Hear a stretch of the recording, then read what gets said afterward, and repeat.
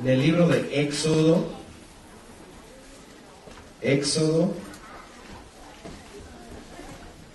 capítulo número 12.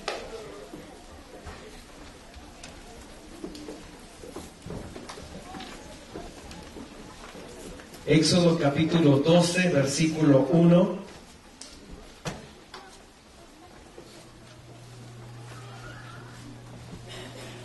¿Ya lo tiene? ¿Segura? Y así mismo, como tiene Éxodo, ponga ahí un dedito ahí donde está Éxodo y abra su Biblia ahí mismo, Evangelio de San Juan, capítulo 1, versículo 29. Hoy Dios lo ama tanto a usted que va a recibir 2 sermones por el precio de uno. San Juan capítulo 1, versículo 29.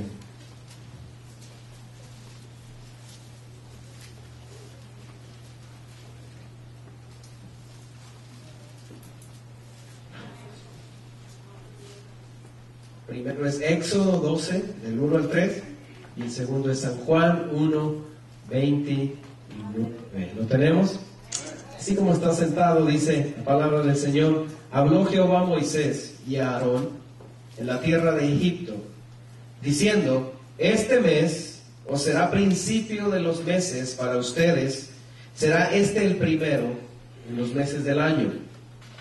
Fíjese cómo dice el versículo 3: hablad a toda la congregación de Israel, diciendo: en el 10 de este mes, tome cada uno un cordero, según las familias de los padres, un cordero por familia.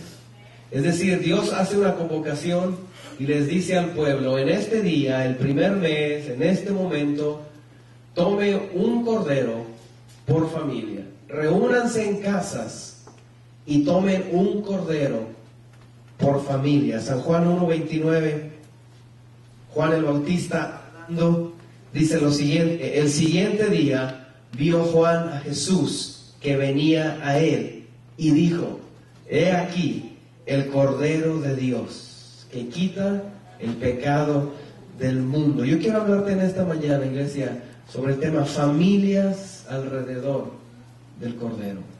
Familias alrededor del Cordero. El momento más difícil para el pueblo de Israel fue el tiempo que estuvieron esclavos en Egipto. Fueron 430 años de dolor, 430 años de amargura, 430 años de trabajos forzados, 430 años de humillaciones de todo tipo. El pueblo de Israel sufrió bastante la cautividad en Egipto. Pero en un momento determinado Dios escuchó el clamor del pueblo. Dios escucha la oración. Dios escucha cuando alguien habla con Él. Y la Biblia menciona que levantó a un hombre llamado Moisés para que Moisés fuera el libertador del pueblo de Israel. Moisés se iba a encargar de llevar al pueblo de Israel a la tierra prometida. Antes de que pasara esto, Moisés fue con el faraón de Egipto a decirle que dejara ir al pueblo de Israel en paz, que los dejara marchar en paz a la tierra que Dios les había prometido. La Biblia menciona que Faraón endureció su corazón. Faraón no quiso. Faraón hizo en su corazón necedad y no dispuso en su corazón dejar que el pueblo de Israel se fuera. Dios envió su respuesta. Dios atacó al Faraón con 10 plagas, que usted sabe que están en la Biblia. La primera plaga era la plaga de sangre, donde todos los ríos y todas las aguas de Egipto se convirtieron en sangre. La segunda plaga que vino fue la plaga de ranas, donde había ranas por todas partes, por todos los lugares del país de Egipto. La tercera plaga era la plaga de piojos. La Biblia menciona que la cuarta plaga era la plaga de moscas. Podemos darnos cuenta, hermanos, de cómo Faraón tenía su corazón duro, pero aún así, plaga tras plaga, seguía endureciendo su corazón. La quinta plaga fue la plaga en el ganado. Todo el ganado comenzó a morir. La sexta plaga era la plaga de úlceras, Las personas empezaron a llenarse de llagas, de cicatrices por su cuerpo. La séptima plaga era la plaga de granizo. Comenzó a llover granizo, comenzó a llover hielo en medio de ese lugar, en el país de Egipto. La octava plaga era la plaga de langostas. Todos los sembradíos, toda la cosecha empezó a ser atacada por langostas. La novena plaga fue la plaga de tinieblas, que de pronto se oscureció por una buena cantidad de horas. Es decir, todas estas 9 plagas vinieron en contra del corazón de Egipto por la causa de que se habían rebelado para no dejar ir al pueblo de Israel. La 10ª plaga sería la plaga de la muerte. La muerte llegaría a Egipto de una manera sin anunciar. La muerte llegaría a Egipto de una manera inevitable. La muerte vendría al corazón de esta nación, al corazón de Faraón, porque habían revelado su corazón. La plaga de la muerte iba a llegar en cualquier momento. Ahora, ¿quiénes iban a morir? No todos iban a morir. Iban a morir los primogénitos. El hijo varón mayor de cada casa iba a morir. La sentencia estaba dada. Faraón y Egipto iban a vivir las recompensas de sus malas decisiones. Faraón y Egipto iban a poder comprender que no había otro Dios más poderoso que el Dios de Israel, y la plaga de la muerte estaba anunciada. Quienes morirían, los primogénitos, los hijos varones mayores de cada casa. Eso estaba dicho, eso estaba sentenciado, y eso era inevitable. Pero déjame decirte, en medio de todo esto, Dios tenía un medio de salvación para las familias de Israel. Dios tenía un medio de salvación para su pueblo. Y Dios les dice al pueblo: tal día, a tal hora, métanse todos a su casa y busquen un cordero, porque el medio de salvación es un cordero.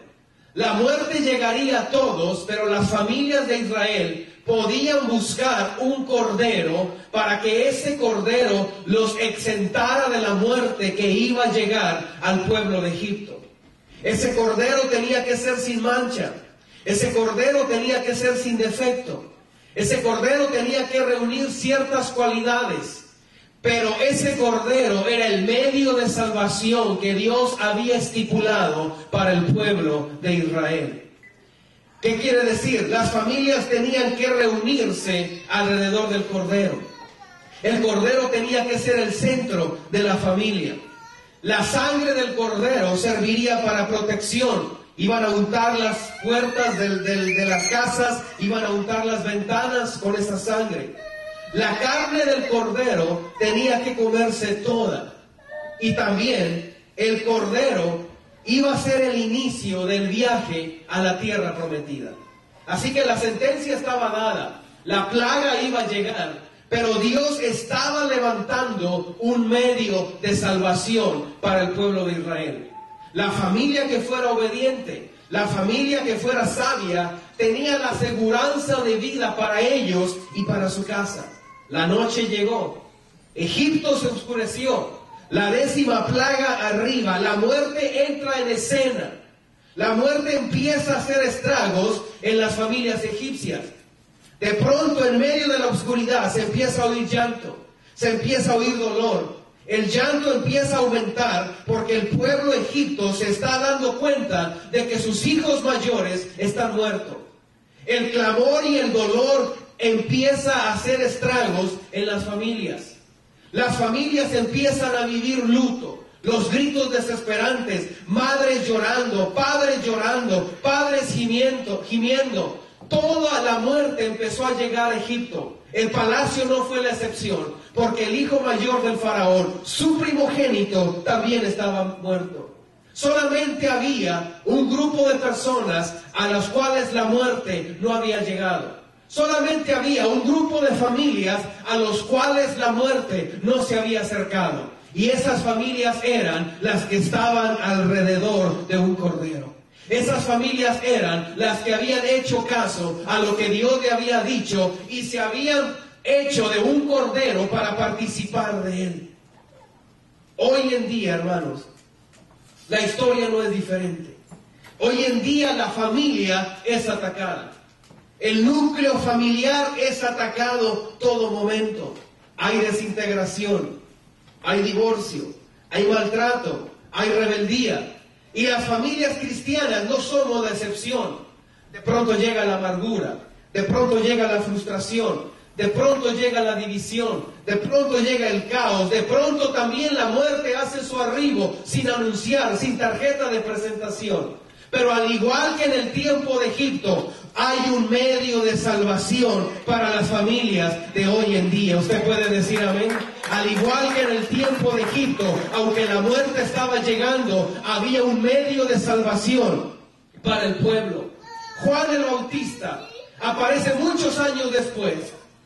Y cuando ve al Señor Jesús, Juan el Bautista hace una declaración. Juan el Bautista hace un decreto. Y cuando Juan el Bautista está viendo al Señor Jesús, Juan el Bautista dice: he aquí el Cordero de Dios. He aquí el Cordero de Dios. El pueblo de Israel se acordó de aquel momento tan trágico, de que habían sido salvos a causa de un Cordero, y pusieron en su corazón la esperanza de que ese Cordero iba a venir a rescatarles de una muerte atroz.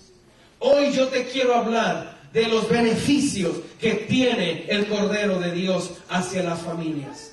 Hoy en día usted y yo como iglesia, como familia, debemos reunirnos alrededor del Cordero. Lo primero que el Cordero tenía que hacer es que el Cordero debía ser el centro de la familia. El Cordero debe ser el centro de la familia. El Señor Jesucristo aparece en medio de la sociedad con un mensaje diferente, porque el Señor Jesús quiere ser el centro del hogar. Muchas de las veces se nos hace fácil enviar a alguien con alguien más. Cuando alguien tiene necesidad le decimos: ve con fulano, ve con fulana, él te puede ayudar. Pero cuando el Señor Jesús aparece, Él no envía a nadie con nadie más. Cuando el Señor Jesús aparece, Él dice: vengan a mí. Vengan a mí los que están cansados, vengan a mí los que están trabajados. Él se ofrece a sí mismo como el centro. A Él puedes ir, a Él puedes acudir. Y dice el Señor: el que a mí viene, yo no lo echo fuera. Él es el Cordero de Dios que quiere ser el centro de tu hogar, el centro de tu vida. Cuando haya un problema, cuando haya una necesidad, reúnete alrededor del Cordero. Cuéntale tu pena, cuéntale tu tristeza. Hazle como hizo un hombre en la Biblia llamado Jairo, que su hija estaba enferma, su hija estaba moribunda, pero él fue con el Cordero, lo hizo el centro de su vida, lo hizo el centro de su casa, lo llevó a su casa, y aunque su hija había muerto, el Cordero trajo bendición y vida a la vida de su hija una vez más.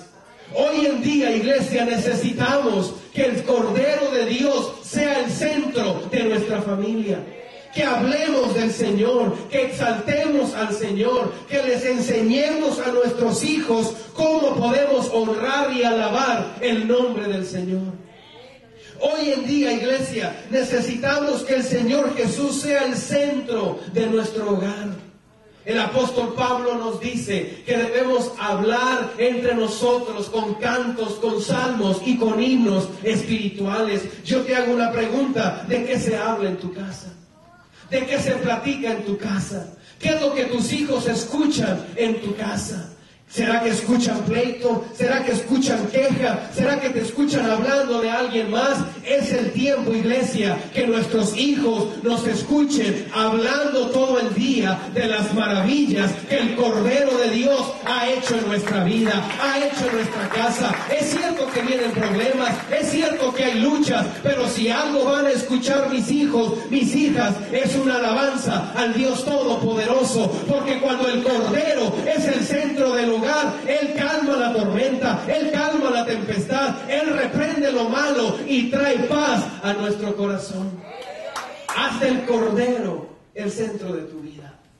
Pero también el Cordero no solamente tenía que ser el centro de la familia, sino que